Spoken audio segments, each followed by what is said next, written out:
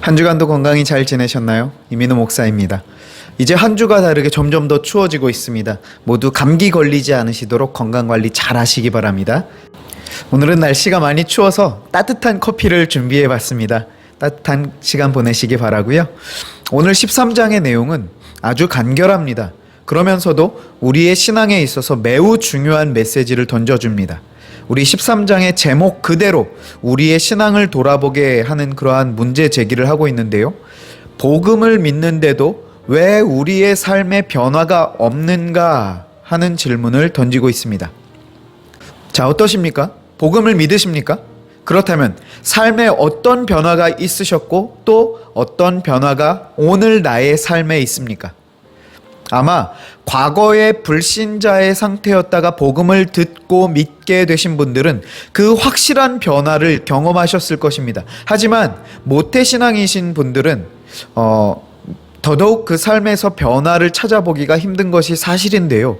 그런데 오늘 본문에서 제기하는 문제는 그런 신앙을 받아들였던 초창기의 변화만을 얘기하는 것이 아니라 바로 오늘 나의 삶에 어떤 변화가 있는가를 묻고 있다는 사실입니다.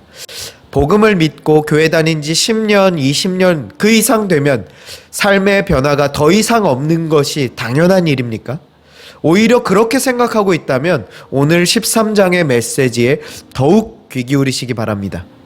또한 복음을 분명 나는 믿는다고 여기고 있는데 오늘 나의 삶에서는 그 복음이 어떤 영향력도 미치고 있지 않는 것 같다라고 여기시는 분들이 모르긴 몰라도 많으실 거라고 생각을 하는데요. 그런 분들 모두 주목하시기 바랍니다. 오늘 13장의 내용들을 간략하게 정리를 해보면요. 그것을 통해서 나의 신앙의 현주소를 점검해보고 내가 나아가야 할 길을 발견하는 시간을 아마 가지실 수 있으실 것입니다. 복음을 믿는데도 삶의 변화가 없는 원인에 대해서 오늘 책에서 3가지를 들어서 이유로 설명을 하고 있습니다. 먼저 첫 번째 이유는 81페이지. 우선 그리스도를 인격 대 인격으로 만난 전인격적으로 영접하지 않았기 때문입니다 라고 하고 있습니다. 이어지는 이유들을 다 먼저 말씀을 드리고 이후에 설명을 드리도록 할게요. 두 번째 이유는 82페이지. 다음으로 많은 그리스도인이 그리스도의 멍에를 매지 않고 그리스도에 관해서 머리로만 배우기 때문입니다. 이어지는 세 번째 82페이지 중간쯤인데요. 가장 큰 이유는 우리가 삶을 통해 복음을 받아들이지 않기 때문입니다 라고 하고 있습니다. 자, 그럼 이제 이 3가지 이유들에 대해서 조금 더 자세히 살펴보면서 나의 문제점이 어디에 있고 그렇다면 개선점은 무엇인가 하는 것을 찾아보는 시간을 가져볼까요? 먼저 첫 번째 이유를 다시 보시면요. 그리스도를 인격 대 인격으로 만나 전인격적으로 영접하지 않았기 때문이다 라고 하는데 표현이 조금 어려우시죠? 자, 이 표현을 쉽게 한번 표현해 보자면 인격적인 하나님을 문자적으로만 받아들였기 때문이다 라는 말씀입니다. 조금 더 풀어서 설명을 드리자면요. 하나님을 영접한다는 것은 우리가 마치 집에서 부모님을 만나서 대면해서 대화를 나누고 식사를 함께하고 교제를 나누는 것과 같은 실제적인 관계인데 처음 하나님을 영접할 때 이와 같은 실제적인 교제를 맺고 나누며 시작하기보다 강요에 의해서 자발적이거나 자원함이 없이 어떤 의식이나 통과 의례 정도로 여기며 하나님과의 관계가 시작되었기 때문이다 라는 것입니다. 그러니까 첫 단추가 그렇게 끼워지다 보니까 그 이후에도 하나님과의 인격적인 실제적인 관계를 나누는 것보다 종교적 의식이나 행위들로 하나님과의 관계를 유지하려고 하는 그러한 오류 가운데 계속해서 빠지게 되었던 것이죠. 하나님은 우리와 실제적인 교제를 원하시는 인격적인 분이시라는 것을 잊지 말아야 합니다. 이어지는 두 번째 이유를 보시면 많은 그리스도인이 그리스도의 멍에를 매지 않고 그리스도에 관해서 머리로만 배우기 때문입니다. 자, 이것이 말하고자 하는 바가 무엇인가 하면요.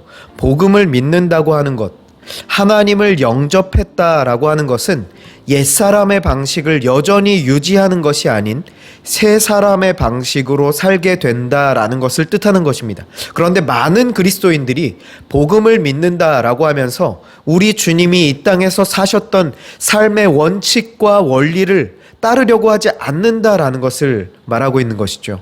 자, 이런 경우에는 예수님을 어떤 존재로 인식하는가 하면 내가 가기 싫은 지옥 안 가게 도와주시는 가이드 정도로만 인식한다라는 것이죠.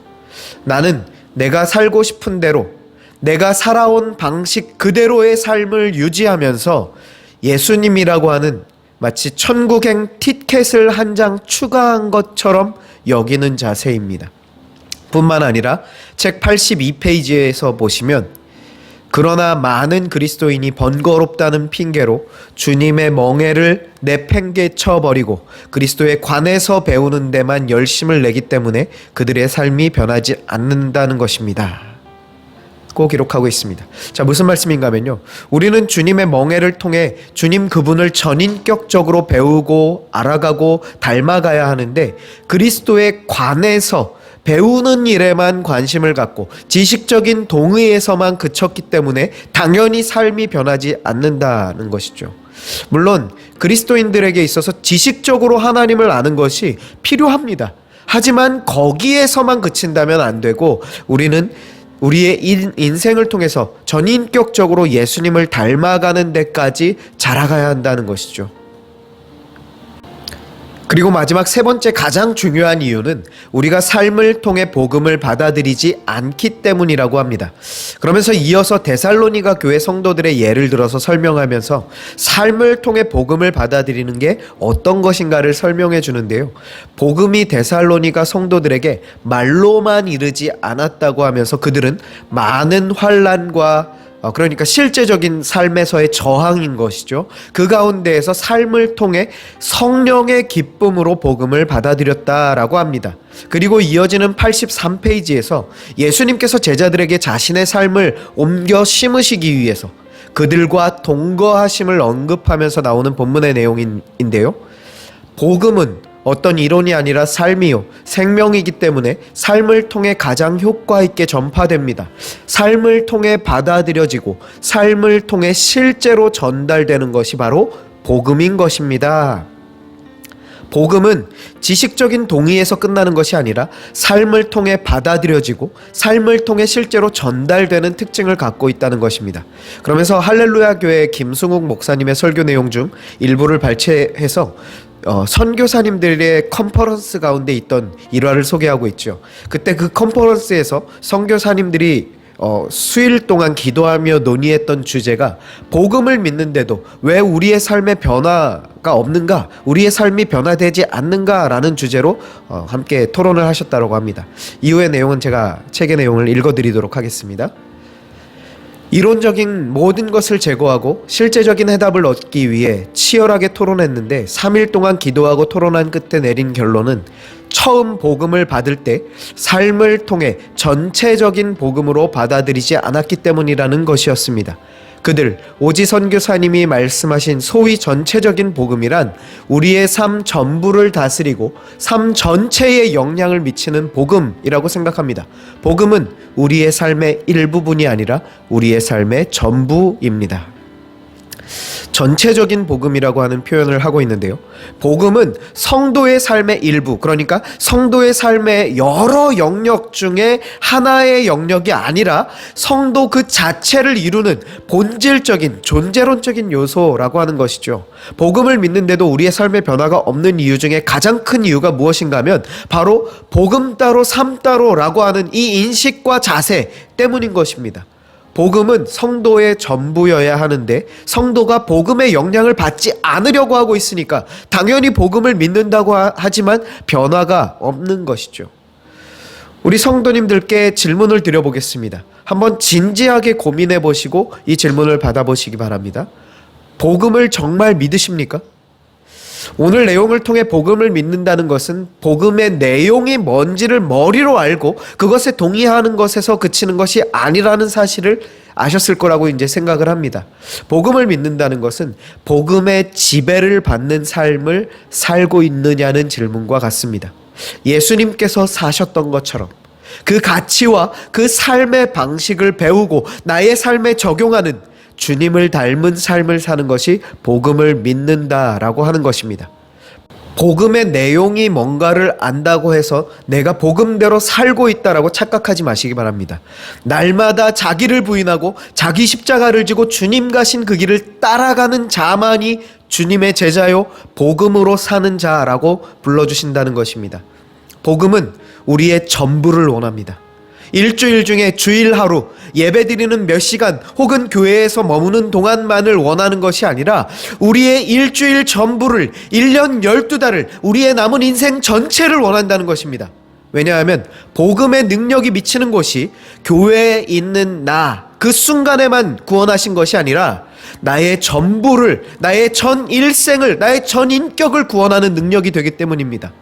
복음이 나의 인생의 주체가 되게 해야 합니다.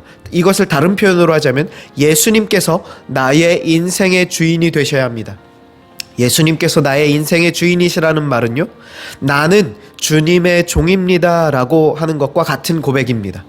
종은요, 주인의 명령과 뜻에 따라 생각하고 행동하는 존재입니다. 주인이 무엇을 기뻐하는지를 살피고 그것을 행하는 자이죠.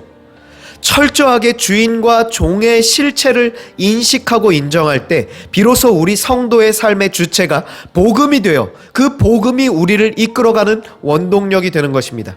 마가복음 1장 15절에서 예수님께서 이렇게 선포하셨습니다. 때가 찼고 하나님의 나라가 가까이 왔으니 회개하고 복음을 믿으라. 아멘. 옛사람의 사고와 삶의 방식들을 버리는 것이 회개이고요, 새 사람의 방식대로 오늘을 살아가는 것이 바로 복음을 믿는다라고 하는 것입니다. 이제까지 복음을 믿는데도 삶의 변화가 없었다면 복음을 제대로 믿지 않았기 때문이라고 여기시면서 오늘부터 다시 복음을 제대로 믿어 복음의 능력이 이끌어가는 인생 살아가시는 우리 모든 성도님들의 은혜와 능력 넘치는 인생 되시길, 한 주간의 삶이 되시길 주님의 말씀으로 축복합니다. 아멘.